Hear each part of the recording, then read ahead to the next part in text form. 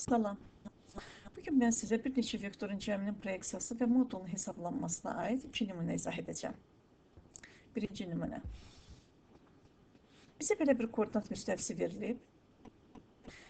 Bu koordinat müstəvisi üzərində S1 vektoru təsvir olunub, istiqaməti x oxu ilə eynidir, y oxuna perpendikulardır. S2 vektoru x oxuna perpendikulardır, istiqaməti y oxu ilə eynidir. S3 vektoru y oxuna perpendikulardır, istiqaməti x oxu ilə eynidir. Bizdən soruşulur ki, bu vektorların x oxu üzərində olan cəminin proyeksiyasını hesablayaq. Daha sonra soruşulur ki, bu vektorların y oxu üzərində olan proyeksiyası nəyə bərabərdir? Üçüncü isə bizdən soruşulur ki, proyeksiyaları məlum olan vektorların yerləşməsi modulu nəyə bərabərdir? Bunun üçün bir neçə vektordan söhbət getdiyi üçün yazırıq S bərabərdir.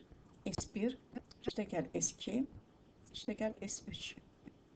Deməli, onda bu vektorların x oxu üzərində olan proyeksiyası bizə verəcək S1x, üstəgəl S2x, üstəgəl S3x verir. Baxaq birinci vektora. S1 vektoru x oxu ilə istiqaməti eynidir. Biz də bilirik ki, vektor koordinat oxu ilə eyni istiqamətdə yönələrsə, həmin vektorun koordinat oxu üzərində olan proyeksiyası onun moduluna bərabərdir, yəni 5-ə bərabərdir. İkinci vektor koordinat oxuna perpendikulardır, x oxuna perpendikulardır. Deməli, bu vektor koordinat oxuna perpendikular olduğu üçün həmin vektorun x oxu üzərində olan proyeksiyası 0-a bərabərdir. Bilirik ki, vektor koordinat oxuna perpendikular olduqda həmin vektorun koordinat oxları üzərində proyeksiyası 0 olur. Üçüncü vektora baxırıq. Üçüncü vektor y oxuna perpendikulardır, lakin x oxu ilə eyni istiqamətdə yönəlib. Yəni, bu oxun istiqaməti ilə S3 vektorun istiqaməti ilə x oxunun istiqaməti eynidir. Biz də bilirik ki, vektor koordinat oxu ilə eyni istiqamətdə yönələrsə, onun koordinat oxu üzərində olan proyeksiyası onun moduluna bərabərdir, yəni 3-ə bərabərdir. Üstəgəl 3. 5 üstə 0 üstə 3 bərabərdir 8 metr. Aldı ki, bu vektorların x oxu üzərində olan proyeksiyası 8 metrə bərabərdir. İndi bu vektorların y oxu üzərində olan proyeksiyasını hesablayaq. Yazırıq S1y, üstəgəl S2y, üstəgəl S3y bərabərdir. Baxırıq birinci vektora. Birinci vektor y oxu yuxarıya doğru yönəlib. Bu vektor isə S1 vektoru isə y oxuna perpendikulardır. Biz də bilirik ki, vektor koordinat oxuna perpendikular istiqamətdə yönələrsə, həmin vektorun koordinat oxu üzərində proyeksiyası 0-a bərabərdir. Deməli, S1 vektorunun y oxu üzərində olan proyeksiyası 0-a bərabərdir. Yazırıq 0. Baxırıq ikinci vektora. İkinci vektorun istiqaməti y oxu ilə eyni istiqamətdədir. Biz də bilirik ki, vektor koordinat oxu ilə eyni istiqamətdə yönələrsə, həmin vektorun koordinat oxu üzərində olan proyeksiyası moduluna bərabərdir, yəni 6-ya bərabərdir. Üçüncü vektora baxırıq. Görürük ki, üçüncü vektor y oxuna perpendikular istiqamətdə yönəlib. Biz də bilirik ki, vektor koordinat oxu ilə perpendikular olarsa, həmin vektorun koordinat oxu üzərində olan proyeksiyası 0-a bərabərdir. Yazırıq 0. 0 üstəgəl 6 üstəgəl 0 bərabərdir 6 metr.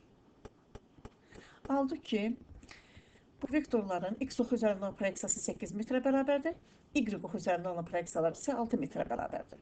Deməli, proyeksiyaları məlum olan vektorların yerləşməsi modulunu asanlıqla tapa bilərik. Yazarıq S bərabərdir, kök altında sx kvadrat, üstəgəl sy kvadratı. Sx-in qiyməti 8 metrdir, yazırıq 8-in kvadratı. SY-in qiyməti 6 metrdir. Yazırıq 6-nın kvadratı.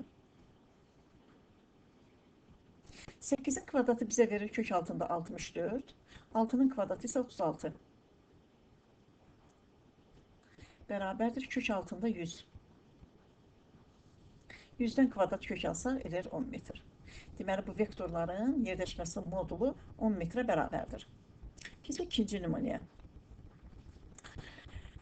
Burada 4 vektor təsvir olunub. S1 vektoru y oxu ilə eyni istiqamət, y oxu boyunca yönəlir. Yəni, onun istiqaməti ilə y oxunun istiqaməti eynidir. S2 vektoru y oxuna perpendikulardır, istiqaməti x oxu ilə eynidir. S3 vektoru x oxuna perpendikulardır, istiqaməti y oxunun əksinə yönəlir. Y oxu yuxarıya doğrudur, S3 vektoru isə aşağıya doğru yönəlir. S4 vektoru isə istiqaməti x oxu ilə eynidir, və y oxuna perpendikulyardır. İndi bizdən soruşulur yenə də bu vektorların x oxu üzərində olan proyeksiyasını hesablamaq. İkinci, bu vektorların y oxu üzərində olan proyeksiyasını hesablamaq. Üçüncü, proyeksiyaları məlum olan vektorların yerdəşməsi modulunu hesablamaq lazımdır. Bundan ötürü bu vektorların cəmini yazmalıyıq. Yazırıq s bərabərdir. S1 üstəgəl S2 üstəgəl S3 üstəgəl S4. Onda vektorların proyeksiyası bərabər olar. S1x üstəgəl S2x üstəgəl S3x üstəgəl S4x. İndi baxaq birinci vektora.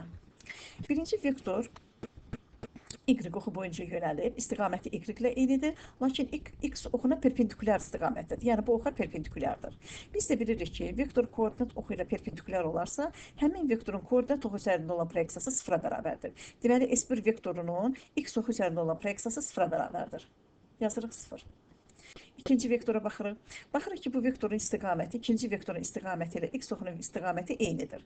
Deməli, eski vektorunun x oxu üzərində olan proyeksiyası onun moduluna bərabərdir. Vektor koordinat oxu ilə eyni istiqamətdə olarsa, onun koordinat oxu üzərində olan proyeksiyası moduluna bərabərdir. Yəni 9-a bərabərdir. Baxırıq S3 vektoruna. S3 vektoru x oxuna perpendikulyar istiqamətdədir. Biz də bilirik ki, vektor koordinat oxuna perpendikulyar yönələrsə, onun koordinat oxu üzərində olan proyeksiyası sıfıra bərabərdir. Yazırıq 0. Dördüncü vektora baxırıq. Dördüncü vektorun istiqaməti x oxu ilə eyni istiqamətdədir.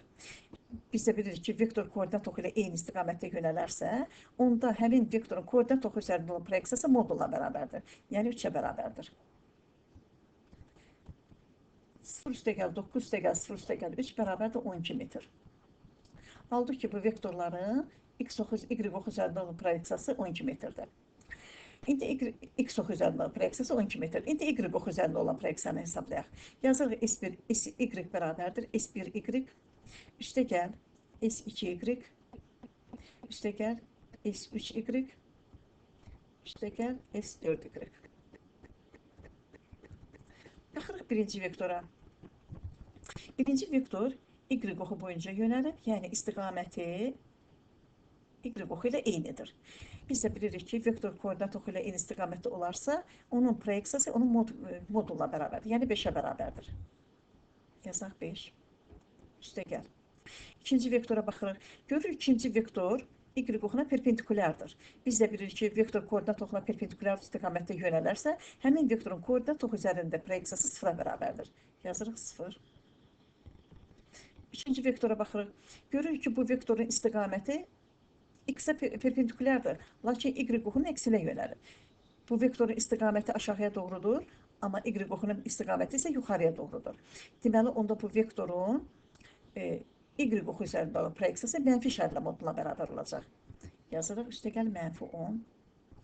Qiyməti 10 olduğu üçün mənfi 10 yazırıq. Dördüncü vektora baxırıq. Dördüncü vektor isə y oxuna perpendikulyar istiqamətdə yönəlib. Bu oxa perpendikulyardır. Biz də bilirik ki, vektor koordinat oxuna perpendikulyar istiqamətdə yönələrsə, həmin vektorun koordinat oxu üzərində olan proyeksiyası sıfıra bərabərdir. Yazırıq 0. Buradan yazırıq 5, üstəgəl 0, çıx 10, üstəgəl 0. Bərabərdir. Mənfi 5. Aldıq ki, bu vektorların x oxu üzərində olan proyeksiyası 12 metr, y oxu üzərində olan proyeksiyası isə mənfi 5 metrə bərabərdir. Deməli, proyeksiyalar məlumdursa, biz vektorun yerdəşməsi modulunu asanlıqla yenə hesablaya bilərik. Yazarıq kök altında sx kvadrat üstəgəl sy kvadratı.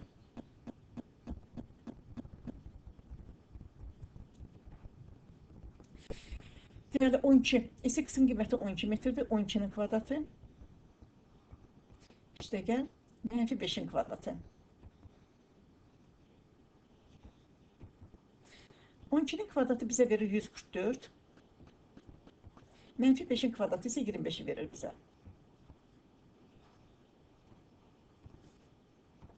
144-ün üzərinə 25 gəlsək, alırıq 169 kök altında. 169-dan kvadrat kök alsaq, bərabər olar 13-ə.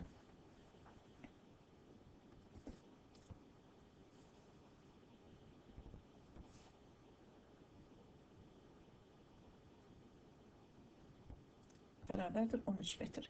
Deməli, bu vektorların yerləşməsinin modulu 13 metrə bərabərdir.